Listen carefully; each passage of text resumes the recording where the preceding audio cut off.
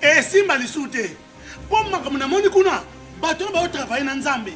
En tout cas, si baké musique. Donc là, va, yo ba mission na topé ça aux autres comme il faut. Place nous ah ouais ça suscité. Ah? Oyoki, allez quittez. Olosa, on a battu ma ligne calme. Na l'homme na kekuna. Là va. Ah! On nous a arrangé. Comment ok? Ah ouais, ni on kaka. Vraiment. Qui ça? Et en plus, Nayoki qui a commis partout dans l'Europe, dynamique Congo commis partout dans l'Europe. Comment ok? Moussala est commis partout. Tout commis en Suède, tout commis à Paris, tout commis à Lille, tout commis à Bruxelles. Et puis base la vie est toujours Londres, Angleterre.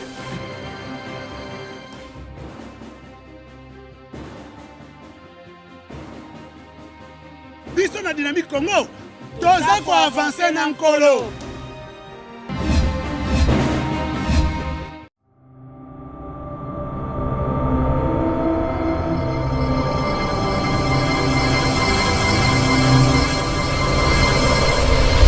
Bonjour, bonsoir aux fidèles internautes de www.carmelmedia.info. Bienvenue dans votre émission En Savoir Plus. En Savoir Plus qui vous reçoit aujourd'hui Monsieur Jubson Douki, qui est chef du personnel adjoint dans l'entreprise Grace Day World ici à Kinshasa, un fils du pays qu'on reçoit dans cette émission. Nous allons débattre avec lui le sujet de la mondialisation ainsi que le travail. Bonjour Monsieur Jubson Douki. Madame Gétou.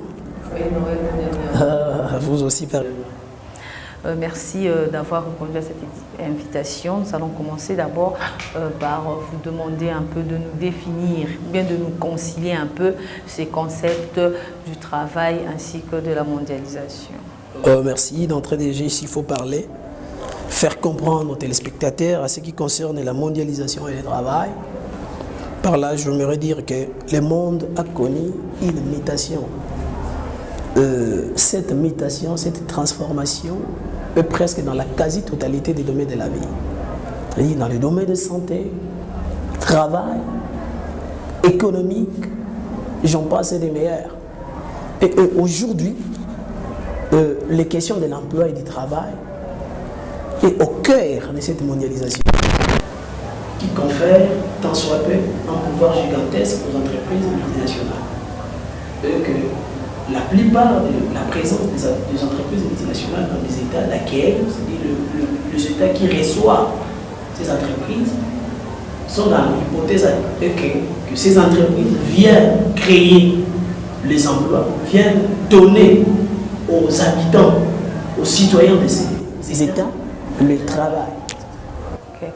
Ok, mais la procédure en question, ça se passe comment dans les États?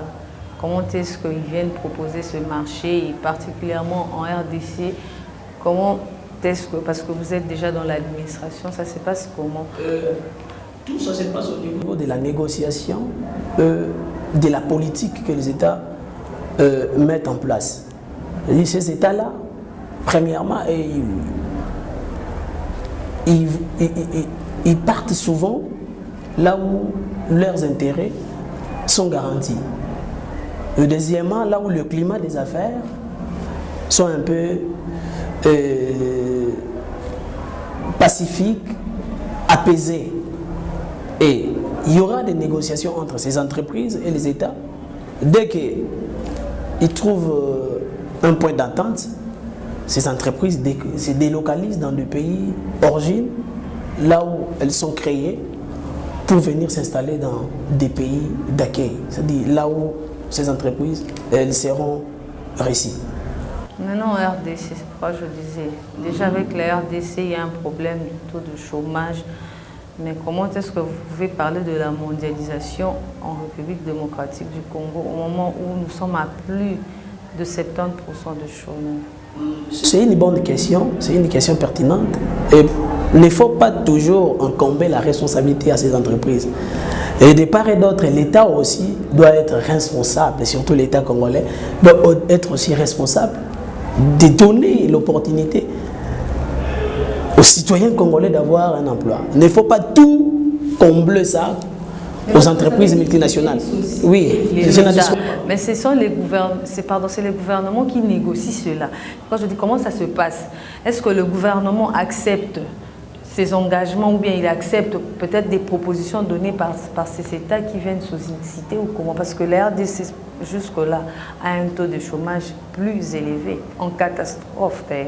Mais dans la participation de la création des emplois, ces entreprises ont quand même un avancé, même si en République démocratique du Congo, vous verrez... Parce que les téléspectateurs, les internautes vous suivent. Vous verrez qu'il y a les investissements directs de l'étranger aussi en RDC, ils sont nombreux dans les domaines des emplois. Et d'ailleurs, vous verrez qu'avant le travail en RDC, avant la mondialisation et après la mondialisation, vous ne direz pas que non, c'est la même chose. Quand même, il y a un avancé. Après avoir... Qui profite à l'État ou bien qui profite à un bon nombre des individus du pays. On dit il y a des avancées, oui, mais qui profite à la population ou bien qui profite au gouvernement? Si je dis ça ne profite pas aux citoyens congolais, c'est un mensonge. Si je ne dis pas aussi ça ne profite pas au gouvernement, oui. Oui, si je ne dis pas aussi ça ne profite pas au gouvernement congolais, c'est aussi hypothétique. Parce que aujourd'hui, si je peux citer un bon nombre de ces entreprises installées ici en RDC, vous verrez que ceux qui travaillent là-bas, ce sont des Congolais. Ceux qui travaillent dans ces entreprises. Mais pourquoi il y a s'il faut citer dans les domaines de Gabi, tout ça, vous verrez que... Mais c'est peu, ça, je ne sais même pas, ça ne constitue même pas un 50% jusque-là. Les marchés qui ont été négociés pendant tous ces temps, peut-être pendant ce régime ici, comme vous dites que ça profite aussi à la population, mais pendant tous ces temps ici, vous avez vraiment des arguments que vous pouvez pousser pour convaincre à la population congolaise, même ceux qui vous suivent en dehors du pays? Oui, effectivement, si je dis que ça ne profite pas, je l'avais dit tantôt. Par là, qu'est-ce qu'il faut savoir? Il y a un problème sérieux dans notre pays. Pour que nous puissions en fait connaître des entraves, des difficultés pour s'adapter à la mondialisation. Premièrement, le Congo n'est pas un pays importateur. Exportateur plutôt. Nous négocier le marché. J'arrive d'aider. Il y a un problème sérieux au niveau de la pacification du domaine des affaires. C'est-à-dire un climat qui ne donne pas vraiment à ces entreprises-là d'être flattées par les républiques démocratiques pour qu'elles viennent ici installer leurs activités. Ils sont un peu trop chers ou bien durs ou comment, je ne sais pas. La surtaxation. Il y a aussi un domaine de la sécurité. Dans les domaines de la sécurité, la RDC, il y a des sérieux problèmes. Vous connaissez, madame, j'étais en tant que journaliste, il y a des sérieux problèmes. Maintenant, dis-moi, cette entreprise multinationale, qu'elle peut oser de venir installer dans un pays où le climat des affaires n'est pas assez paisible. Vous verrez un peu, vous voyez un peu là où le bas blesse. C'est-à-dire qu'il faut un climat des affaires qui facilite à ces entreprises. Parce que les entreprises multinationales sont comme des oiseaux. Un oiseau ne peut jamais construire son nid sur un arbre qui bouge à tout moment. C'est ça en fait un problème. Et malgré cela, quand même, il y a aussi de ces entreprises-là qui osent quand même d'installer. Et aussi nos frères congolais, nos sœurs congolais en bénéficient. Peut-être parce que là-bas, ça s'est fait par rapport, ça s'est fait dans la fraude ou bien dans la corruption. Parce que malgré ce que vous venez de dire par rapport à la surtaxation, mais eux, comment est-ce qu'ils arrivent à accepter cela? C'est qu'il y a une négociation en aparté qui se passe. Là, je confirme, je fais des recherches sur ça. D'ailleurs, je compte publier déjà un ouvrage sur la mondialisation du travail, mais cas de la RDC. Vous verrez, il y a aujourd'hui ces entreprises, à part leurs acquis qu'elles portent aux états d'accueil, il y a aussi des méfaits qu'il faut dénoncer. À ce qui concerne ce qu'on appelle le travail boîte noire, des travail en fait, qu'est-ce que je peux dire, non déclarés. Mais ce travail qui se font sans que les États sachent réellement Qu'est-ce que ces entreprises-là sont en train d'exploiter? Effectivement. Et ils travaillent, mais l'État n'en connaissent pas du tout. Qu'est-ce qu'ils se font? Deuxièmement, il y a un problème aussi. Quelque part, moi je dis, la République démocratique du Congo, dans la plupart des négociations, a une position de faiblesse. Ce qui est choquant, ces entreprises détiennent plutôt un budget presque supérieur aux États d'accueil, surtout dans nos pays, ce que nous appelons communément en voie de développement. Et lorsqu'ils négocient avec ces entreprises, la plupart des États en voie de développement sont un état de faiblesse. Mais M. Gibson Douki, si je peux revenir un peu en arrière. Bon, nous sommes en train de parler de la mondialisation. Là, nous voyons des grandes affaires. Mais pour la RDC, vous ne trouvez pas que nous pouvons commencer à soutenir ou bien à financer des petites et moyennes entreprises pour en arriver là? Parce que si ces petites et moyennes entreprises sont marginalisées, sont mises de côté, même si on devait venir implanter je sais pas, des grandes entreprises ici, le pays ne fera que couler parce qu'on ne sait même pas financer ces petites et moyennes entreprises qui vont faire un peu en sorte que l'économie aussi du pays puisse avoir un peu disons, que l'économie du pays puisse être vraiment, qu'est-ce que je peux dire là, le mot m'échappe, le budget nécessaire, parce qu'elle aussi constitue, ces petites femmes, ces femmes-là, vendeuses-là, ce qu'elles font là, ça contribue aussi à l'économie du pays, non, vous ne trouvez pas ça? Parce que ça peut aussi renforcer notre budget. Mais si elles sont marginalisées, si l'État ne s'occupe pas d'elles, si elles sont à la merci d'eux-mêmes, même si on devait signer des accords avec des Américains, avec des Chinois, au moment où dans leur pays, ils ont valorisé ces petites et moyennes entreprises-là. Il y a tout un ministère en RDC ici, non? Je pense que vous êtes au courant. Effectivement. Il y a un ministère qui s'occupe, Ceux qui sont petits, on ne leur tend pas la main. Comment est-ce directement? Ça, c'est mettre le chariot avant le bœuf. Vous ne trouvez pas? Si on parle de la mondialisation, si nous voulons vraiment que la mondialisation, le travail, puisse vraiment s'implanter en République démocratique du Congo, c'est d'abord à nous, c'est d'abord à la RDC de financer, ou bien de se prendre d'abord en charge. Mais si on banalise tout ça, dites-moi un peu, comment est-ce que vous pouvez concilier cela? Comment est-ce que vous faites le parallélisme par rapport à ça? Si les autres, les femmes vendeuses ici, elles sont à la merci d'elles-mêmes, le gouvernement ne sait même pas qu'est-ce qui se passe, quel est leur problème, quel est leur souci. Par là, il faut... Aux travailleurs seront exploités. Ce que je dis par rapport à votre recherche, vous avez aussi fait allusion à toutes ces petites choses-là. Oui, je fais allusion. C'est pour cela que je voudrais un peu me faire comprendre à travers ces recherches. Le problème est quoi? Le problème de ce geste, c'est quoi? Vous voyez un peu, lorsque ces entreprises-là viennent, l'État d'abord doit s'en saisir de ces entreprises, présenter en fait une feuille de route par rapport à l'intérêt de ces citoyens, par rapport à l'intérêt des Congolais. Est-ce que c'est ce que notre État fait? Point d'interrogation. Et deuxièmement, il y a une mondialisation négociée et une mondialisation imposée. Vous verrez un peu comme dans des pays comme Rwanda. Si une entreprise multinationale vient pour installer ses activités, la première des choses, l'État rwandais doit lui imposer, concernant les SMIC, concernant les traitements de ces travailleurs. Chose qui ne se fait pas en RDC. Oui. Concernant aussi le respect des droits fondamentaux des travailleurs. Est-ce que c'est ce qui se fait ici? Question mark. Pourquoi le Rwanda fait ça?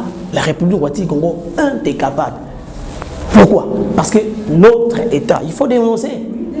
Notre État va négocier pour ses intérêts à lui.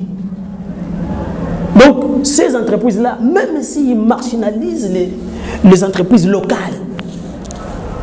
ils ont, entre guillemets, elles ont réussi le droit de faire tout cela par notre pays, qui part avec une position de faiblesse, qui part avec une position qui négocie ses propres intérêts en bannissant les intérêts de ses citoyens.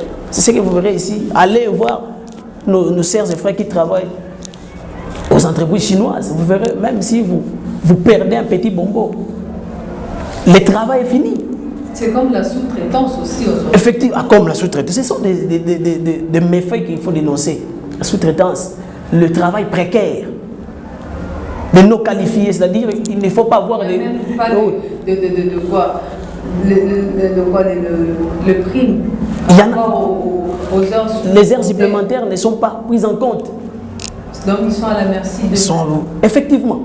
Et puis la Chine aussi qui vient imposer ce marché-là. Aujourd'hui, la Chine qui marginalise le Congolais dans leur propre pays et l'État est muet. L'État, pour investir en Chine, ce n'est pas une mince affaire. Mais la Chine aujourd'hui vient exploiter la RDC, exploiter les travailleurs congolais au vu et au su de l'autorité congolaise. Là où je voulais en fait arriver, les Chinois investir dans leur territoire, ce n'est pas facile. D'ailleurs, ce n'est pas facile. Moi, j'ai un frère qui est en Chine, il me dit, mais Jepson, c'est pas facile. Mais comment les Chinois viennent nous maltraiter? Les Indiens en l'occurrence, les Libanais. Ces gens-là. Les citoyens congolais sont devenus comme des épinards à piétiner sous leurs pieds. Moi je dis, ouais, c'est une question de bonne gouvernance, de la gouvernementabilité d'un État et la gouvernabilité d'un État. Lorsque vous voyez tout ça, c'est une question de l'État. Est-ce que notre pays est conscient? Est-ce que notre pays est mature? Notre pays aussi a aussi cette capacité, ce droit de s'imposer? Pardon, je vous coupe la parole pour vous demander un peu comment ça se passe, la négociation de ces grandes entreprises dans un pays. Comment ils sollicitent cela? Comment la procédure s'est faite? Si vous pouvez vraiment éclaircir à ceux qui vont vous suivre, comment est-ce que ça se passe? Parce que vous dites qu'en RDC, ce n'est pas respecté. Mais la logique, qu'est-ce que l'État congolais doit faire? Qu'est-ce que l'État congolais doit exiger pour que tout cela puisse être au profit de Congolais? D'ailleurs, si il faut voir, j'aimerais d'abord parler des causes. Qu'est-ce qui cause tout ça? C'est un état de complexe inférieur. Vous voyez, il y a des États qui, du point de vue dans l'échiquier international, sont complexés, sont inférieurs. La plupart de ces entreprises multinationales sont alimentées par des puissances. Il faut savoir, Madame Gédo. Donc, leurs pays sont des puissants. Ils sont alimentés par des puissants. Et la RDC aujourd'hui? Troisièmement, ces entreprises détiennent un budget colossal qui dépasse la plupart des États, surtout en voie de développement. Et avec tous ces éléments-là, que détiennent ces entreprises multinationales? Dis-moi, avec un pays comme notre pays, le nôtre, est-ce qu'on peut faire face? Quand on ira pour négocier avec ces entreprises, on aura quelle position? De puissant ou bien de faible? Entre guillemets, c'est par là que tout commence. Parce que c'est comme un homme qui court derrière une femme. C'est de la même manière ces entreprises. Il faut d'abord solliciter leurs parents. C'est notre pays qui est le parent des citoyens congolais. Par l'entremise des gouvernements, il y a des ministères. Est-ce que lorsque ces entreprises sollicitent notre pays pour installer leurs activités, qu'est-ce qui se passe? pendant la négociation. Pour qu'aujourd'hui les Chinois, les Indiens, les Pakistanais nous piétinent dans notre propre sol. Qu'est-ce qui se passe? Et ce qui va un peu te tuer aussi, c'est quoi? Lorsque l'État congolais écoute tout ça, que voilà ce que font les Chinois, les Indiens. Mais vous pensez qu'ils ne sont pas au courant? Comment il réagit? Il réagit en faveur des citoyens ou bien des faveurs? C'est ce que vous voulez dire par là. Ah, mais par là, j'aimerais dire que non, comme tout ce genre de pratiques continuent, c'est que notre pays ne négocie pas en notre faveur. Et M. Gibson, je pense bien que nous arrivons déjà presque à la fin. Qu'est-ce que vous pouvez dire par rapport à ces sujets? Quel est votre résumé et quel est votre apport par rapport à notre sujet? Quelle a été votre recherche? Qu'est-ce que vous pouvez dire à la nation congolaise? Nous sommes pendant les temps électoraux, nous nous approchons déjà ces 30 décembre au vote. Qu'est-ce que vous pouvez dire au nouveau élu qui sera à la tête de la RDC? Nous avons écouté, malgré que la date prévue n'a pas été respectée, c'était le 23, reporté vous avez quand même un message au 30 qui sera toujours à la tête du pays. Je ne peux pas dire quelque chose d'avance. Dans mon fort intérieur, je ne suis pas encore convaincu. Moi, je sais que le pouvoir n'est pas éternel. Ce n'est que le pouvoir de Dieu qui est éternel. Tout pouvoir a toujours une limite. Et pour ne pas dire que ce qui viendra ou ceci, c'est là, en tout cas, je me réserve en ce sens, parce que je ne suis pas encore convaincu à moi-même. S'il y aurait des élections le 30 décembre, là, vraiment, je me réserve, Madame Jetou, je ne vais plus vraiment m'attarder à ces sujets. C'est tellement, en fait, embrayant, et puis tout le monde ne sait plus exactement s'il y aurait les élections. Ok, monsieur.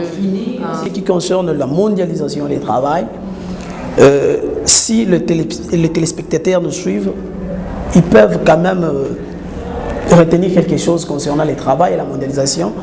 Nous avons dit tout au début à notre introduction que le travail, à l'ère de la mondialisation, a connu d'un côté une amélioration, de l'autre côté a connu aussi un régressement.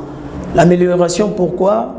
Si vous retournez 50 ans, 30 ans après, avant, vous verrez qu'il y a quand même des apportés, surtout au milieu du travail. Le travail qui devait se faire 3 jours, 4 jours, 50 jours après, aujourd'hui avec la portée technologique de la mondialisation, vous verrez que dans quelques heures, dans quelques minutes, ce travail s'est fait sans problème. Par rapport au régressement, ce que nous dénonçons suite à cette mondialisation, parce que ces entreprises, lorsqu'elles se délocalisent leurs entreprises, vous verrez qu'il y a des emplois de jeunes, il y a des travails forcés, il y a de non-liberté syndicale, il y a le non-respect des droits fondamentaux de l'homme au travail. Pourquoi? Parce que tous ces éléments-là, pour eux, constituent un entrave par rapport à leur vitesse à la production. Leurs bénéfices. À leurs bénéfices, oui, se ralentissent. Si on tient compte des repos, tout ça, tout ça. Parce que vous verrez qu'il y a même des heures supplémentaires non compensées. Hein? Les jeunes recrutés, pourquoi? Parce que leurs main-d'œuvre sont faibles. Parce qu'un enfant n'est pas exigeant. Il fait un grand travail, un travail forcé, mais avec une petite somme, lui, il est satisfait. C'est-à-dire qu'on exploite beaucoup plus. Comme la sous-traitance. Effectivement, ce genre de choses. D'ailleurs, en Chine, il y a un ingénieur électricien qui s'est suicidé à cause de ça. C'était une entreprise multinationale, Apple. Il travaillait en sous-traitance avec Foxconn en 2010. Qu'est-ce qui s'est passé? Dans des usines électroniques, il était exposé. Il a perdu, c'était en 2010, il a perdu un prototype de la 4e génération de iPhone.